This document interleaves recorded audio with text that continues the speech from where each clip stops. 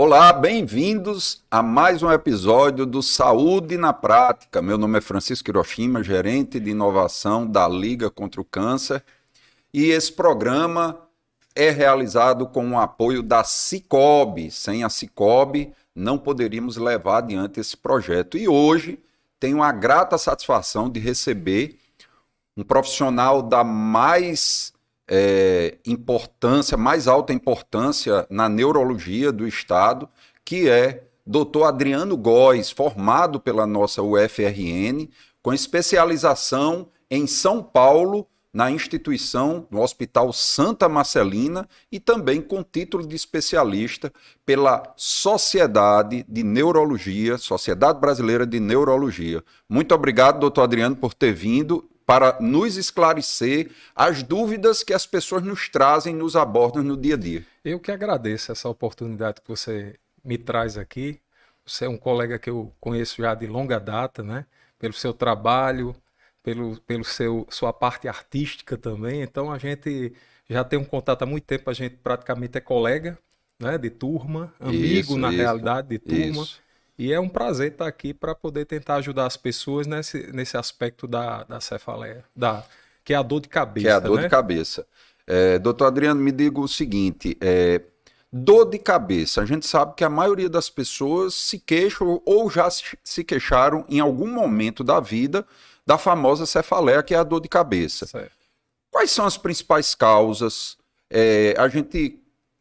Quais são as principais queixas no seu consultório que você detecta e quais são as causas? Bom, primeiramente a cefaleia a cefaleia, que é a dor de cabeça, ela está entre as 10 primeiras causas que fazem o indivíduo procurar o pronto-socorro. Então é muito frequente.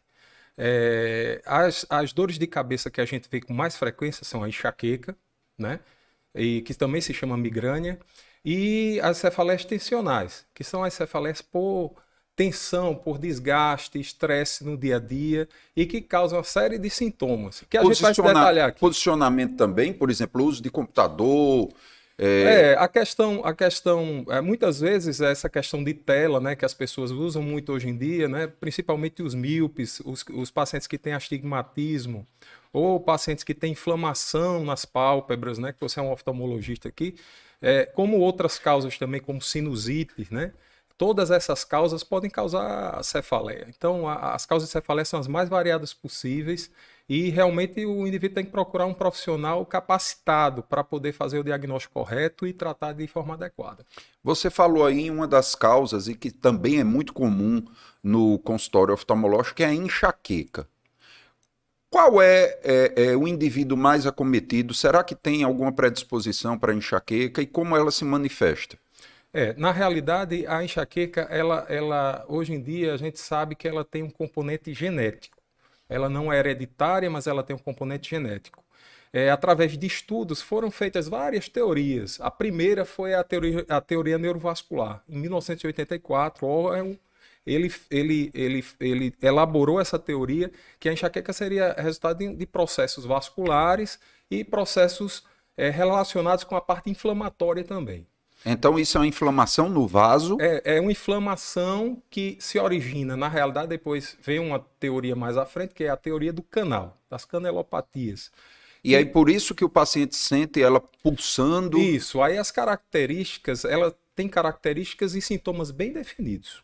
São cefaleia ou dor de cabeça, que ocorre de um lado da cabeça só. Só de um lado? Isso, geralmente é unilateral em torno de 40% dos casos. Certo? E ela é pulsátil, se associa a náusea e vômito, fono, barulho incomoda e a luz incomoda também. E o indivíduo tem que ter pelo menos 4 episódios para fechar esse diagnóstico. Certo. Então, enquanto ele não tem os 4 episódios, fica como uma enxaqueca provável. Entendi. Por isso, todas as cefaleias que se iniciam recentemente, é necessário fazer um estudo mais aprofundado. Então, isso é uma das coisas que a gente tem que frisar. E aqui. Também alteração no campo visual também, né? Isso aí faz parte. Aí nós temos 2 tipos de enxaqueca. Tem a enxaqueca com esses sintomas da visão, né? E com outros sintomas também, que são a aura, que a gente chama aura enxaquecosa. Que chama de aura. Aura enxaquecosa. E isso leva o paciente a ficar com medo, né? 30 fica bastante, porque às vezes, inclusive, causa amaurose. A amaurose é perda da visão. Antes de começar a ter Só de um lado. Só de um... Pode ser unilateral ou pode ser, eu já vi, bilateral também. Isso aí o paciente se desespera. Se desespera porque é como se você tivesse uma cegueira súbita. Inclusive, entra no diagnóstico diferencial de outras doenças. Ok. Vou pedir licença agora ao doutor Adriano para a gente chamar a vinheta do nosso patrocinador, que é a Cicobi. Eu só queria te contar que vale a pena conhecer o cooperativismo. A ideia é simples, a união de pessoas. Um movimento financeiro e social em que você não é cliente, é dona e dono. Isso é ter voz. Participação até nos resultados. Cooperativa não é banco, mas tem tudo que um banco tem. Não é fintech, mas é digital. Não é discurso, é inclusão de verdade. Está no povoado que não tinha luz, na comunidade que nem banco tinha. É a parceira da pequena produção que virou toneladas. E tudo isso só foi possível porque muita gente acreditou. No cooperativismo financeiro é assim. Quanto mais gente fizer parte, maior será a transformação. Tá aí a explicação. Tem explicação, tem explicação. Mais que uma escolha financeira. Cicobi. Estamos de volta aqui com o tema cefaleia ou dor de cabeça com o doutor Adriano Góes. E já aviso aos telespectadores que vai lá no nosso canal, que vai aparecer aqui embaixo, curte o nosso canal e também compartilha, porque essa informação são informações para chegar às pessoas numa linguagem bem mais acessível. Então vai lá, curte, vai lá no nosso canal. E eu queria agora perguntar ao doutor Adriano, a gente falou de enxaqueca. Sim. Eu queria saber o que é que se faz para evitar a enxaqueca. Eu sei que tem muitos alimentos que podem predispor. Quais são esses? Então, além da questão alimentar, que aí você tem uma série de alimentos, né? Aí você tem chocolate, você tem café em excesso, você tem... A cafeína ela é boa até determinado ponto. Quando você passa daquele ponto, você pode ter dano e pode ter dor de cabeça. Vinho, né? Também? Os vinhos, as bebidas alcoólicas, né? O vinho, principalmente pela presença da tiramina, que é uma substância que você tem no vinho e que pode desencadear essas dores. Queijos. Queijos também, queijos amarelos, quanto mais amarelado, e também, hoje em dia já se sabe que a intolerância à lactose, ela tem uma participação no decorrer dessas crises. Então, quem tem intolerância à lactose pode ter crises de enxaqueca bem poderosas, lógico que se tiver a predisposição genética para a doença. Já ouvi falar também água de coco. Água de coco pode dar um pouco também, como também banana e molhos vermelhos enlatados, embutidos, são substâncias que tudo que tem vermelho na composição, a cor geralmente pode, melancia, molho de tomate, são coisas que às vezes você tem que tirar da dieta para poder. De frutas, maracujá, a banana pode desencadear, então tem algumas coisas específicas que eu não vou ficar falando aqui, Sim. entrando em detalhe para não... Teoricamente, quem tem enxaqueca tem que ter uma dieta bem rigorosa. Na realidade, eu costumo dizer assim, o enxaquecoso deveria viver numa bolha. Porque, veja bem, o indivíduo às vezes não dorme bem, ou dorme demais, vai ter crise. Mudança de rotina, né? A mudança na rotina, o estresse no dia a dia, as mulheres em relação à questão hormonal, os ciclos menstruais. E você tem todo esse contexto que faz com que você possa desencadear crises. Então, por isso que eu costumo dizer, o enxaquecoso deveria, aquele que tem muitos estímulos desencadeantes, ele poderia até viver numa bolha. Mas hoje a gente tem tratamento. A gente tem terapia adequada, tanto para as crises agudas, quanto para os casos mais crônicos. Não só os episódios. Inclusive para manutenção, para evitar novas crises.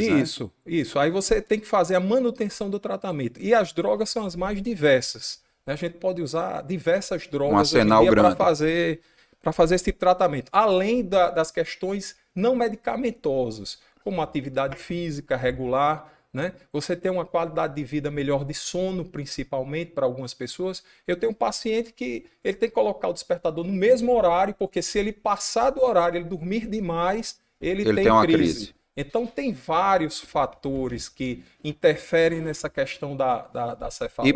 E para terminar, doutor Adriano, o que é que você apontaria como sinais de gravidade para dizer essa dor de cabeça não é normal, está fora, eu preciso realmente procurar agora um profissional? Aquelas cefaleias que têm um início recente, o início recente seria 4 meses.